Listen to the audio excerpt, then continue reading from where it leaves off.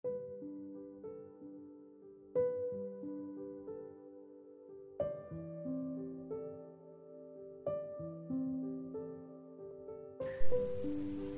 nama Bapa dan Putra dan Roh Kudus. Amin. Bapak, Ibu, dan saudara-saudari yang terkasih, selamat pagi.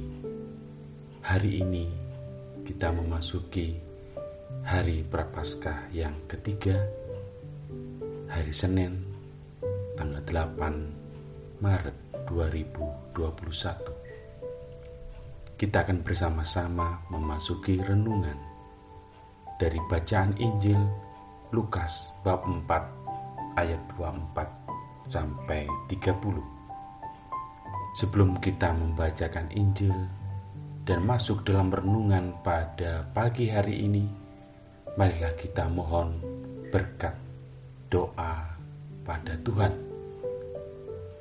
Allah Bapa yang Maha Kasih, Engkau telah memberikan kami waktu untuk merenungkan sabda-Mu, agar di dalam pikiran dan hati kami selalu dipenuhi oleh karya Roh Kudus-Mu. Biarlah Roh-Mu yang bekerja hingga kami menjadi pribadi yang matang dalam pemenuhan iman kami.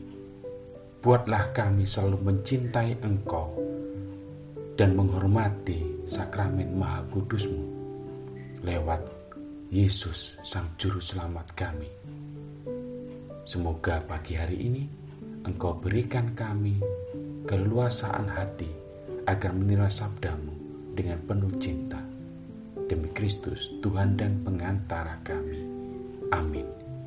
Dalam nama Bapa dan Putra dan Roh Kudus. Amin. Bacaan Injil diambil dari Lukas bab 4 ayat 24 sampai dengan 30. Yesus berkata kepada mereka, "Aku berkata kepadamu, sesungguhnya tidak ada nabi yang dihargai di tempat asalnya. Dan aku berkata kepadamu, dan kataku ini benar. Pada zaman Elia terdapat banyak perempuan janda di Israel, ketika langit tertutup selama 3 tahun dan 6 bulan, dan ketika bahaya kelaparan yang hebat menimpa seluruh negeri. Tetapi Elia diutus bukan kepada salah seorang dari mereka, melainkan kepada seorang perempuan janda di Sarfat, di tanah Sidon. Dan pada zaman Nabi Elisa, banyak orang kusta di Israel, dan tidak ada seorang pun dari mereka yang ditahirkan, selain daripada Naaman, orang Syria itu." Mendengar itu, sangat marahlah semua orang yang di rumah ibadat itu. Mereka bangun, lalu menghalau Yesus keluar kota dan membawa Dia ke tebing gunung tempat kota itu terletak, untuk melemparkan Yesus dari tebing itu. Tetapi Ia berjalan lewat dari tengah-tengah mereka, lalu pergi. Demikianlah Injil Tuhan. Terpujilah Kristus. Bapak, Ibu, dan saudara-saudari yang terkasih, Injil Lukas memberikan nuansa kehidupan bangsa Israel yang sedemikian rupa. Sangat tidak mengherankan, Tuhan Yesus selalu mengatakan hal-hal yang sederhana yang disampaikan kepada orang Israel pada saat itu, supaya mereka mengerti mengapa Allah memberikan cinta yang besar kepada bangsa Israel sebagai bangsa pilihannya. Namun, mereka lupa diri akan kisah-kisah kesempurnaan yang harusnya Dia ungkapkan atas keilahian Yesus. Cinta Allah pada bangsa Israel dikisahkan kembali oleh Tuhan Yesus tentang peristiwa bagaimana Nabi Elia diutus oleh Allah bukan untuk membantu atau menyelamatkan para janda yang pada saat itu yang dirasakan oleh janda-janda bangsa Israel yang mengalami pelaparan yang sangat hebat. Namun justru Allah mengutus Nabi Elia pergi kepada seorang perempuan janda yang di Sarfat, di tanah Sidon. Dan di zaman Nabi Elisa, banyak orang Israel yang pada saat itu mengalami suatu peristiwa penyakit kusta. Tapi tidak satu pun seseorang yang ditahirkan selain daripada Naaman, orang Syria. Bapak, Ibu, dan saudara-saudari terkasih, dua kisah tersebut menunjukkan bahwa orang-orang Israel memandang bahwa dia harusnya dipenuhi sesuatu hal yang harus terjadi. Kejadian kelaparan para janda, namun yang diutus oleh Allah malah menyelamatkan jandanya di Sarfat. Bagaimana orang Israel yang mempunyai penyakit kusta tidak satu pun yang ditahirkan, namun orang Naaman, orang Syria. Disinilah bangsa Israel yang di rumah ibadat tadi merasa kesal kepada Yesus, bahkan mengusir Yesus, menggiring Yesus ke tepi gunung untuk dilemparkan karena kekesalannya. Namun Yesus berjalan di tengah-tengah mereka dan melewatinya lalu pergi. Bapak Ibu yang terkasih, jika kita masih ingin menjadi orang yang terbaik, orang yang dipilih dan memiliki jabatan, ingin menjadi yang terkemuka, mempunyai posisi-posisi yang hebat, yang tepat, artinya kita masih belum memiliki iman Katolik yang tepat. Orang Katolik harus mengawali dirinya untuk senantiasa mau dan mampu melayani. Masih banyak dari kita yang sering meminta doa, memohon doa, meminta berkat, memohon berkat. Bahkan kita tidak sadar hingga permohonan-permohonan kita itu mintanya supaya Allah selalu mendengarkan doa kita dan itu dikabulkan. Sangat naif sekali. Allah digembar-gemborkan sebagai seorang Sinterklas.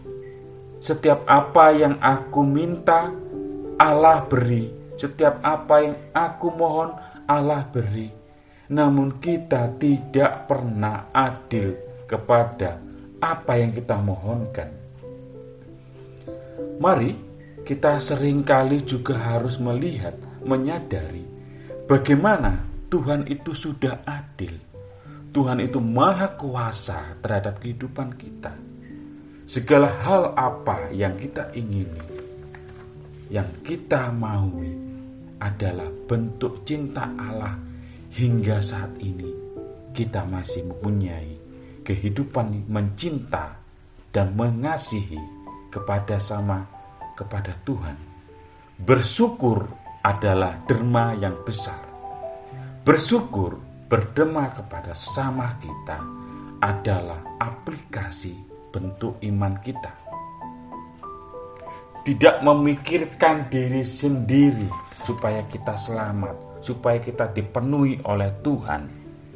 Namun kita tidak pernah berpikir bahwa masih banyak orang yang membutuhkan pertolongan, bahkan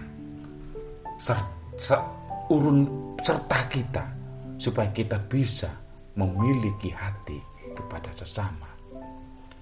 Tuhan Yesus sebagai putra Bapa yang tunggal hadir untuk memajukan Allah pada kita.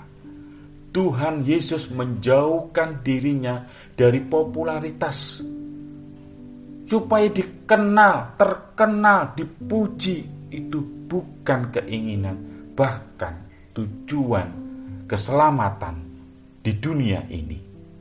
Namun Yesus mengajarkan kita, lebih daripada itu semua, Yesus ingin menyatakan diri bahwa karya Allah yang tersembunyi adalah pengorbanan keseluruhan diri Yesus di dunia ini hanya untuk menebus dosa-dosa kita. Bahkan Yesus ingin menunjukkan kepada kita semua supaya kehidupan rohani kita harus mengalami jalan-jalan kebenaran, harus mengalami jalan keheningan, jalan yang sederhana, supaya roh dan kehendak Allah bisa menuntun kita kepada langkah-langkah kebaikan, langkah-langkah hidup dalam doa kita. Tuhan Yesus ingin memberikan suri teladan kepada kita semua, supaya kita tidak sombong, supaya kita tidak angkuh, supaya kita tidak lupa diri hanya karena kita dipilih menjadi seorang pejabat atau menjadi seorang yang penting, baik di gereja maupun di dalam karya-karya sosial kita atau di dalam karya-karya pekerjaan kita. Namun yang lebih penting dari situ adalah pribadi yang sederhana untuk melayani sesama, untuk berbagi kepada sesama dalam konteks kerendahan hati. Hidup yang rendah hati, mati raga, dan hidup mengalami iman bersama Kristus. Semoga kita semakin hari semakin dikuatkan karena Kristus yang memberikan jalan dan kebenaran yang otentik. Marilah kita berdoa. Allah Bapa yang Maha Kasih dan Maha Kuasa, berkatilah hati kami agar kami mulai hari ini dan esok lagi kami semakin mencintai Engkau karena Engkau memberikan yang sangat istimewa dalam kehidupan kami. Semoga kami terus mengasah kehidupan pelayanan kami hingga kami mengerti bahwa di titik-titik tertentu kami harus mengalami sisi pengorbanan, sisi belas kasih kepada sesama, agar kami pun bisa melaksanakan sedikit kaya keselamatan dari Tuhan, sehingga kami pun bisa merasakan bagaimana hidup ditolak, hidup yang tidak enak, tetapi kami yakin bahwa semuanya itu adalah karya keselamatan yang Engkau berikan kepada kami. Terima kasih Tuhan. Amin. Dalam nama Bapa dan Putra dan Roh Kudus. Amin.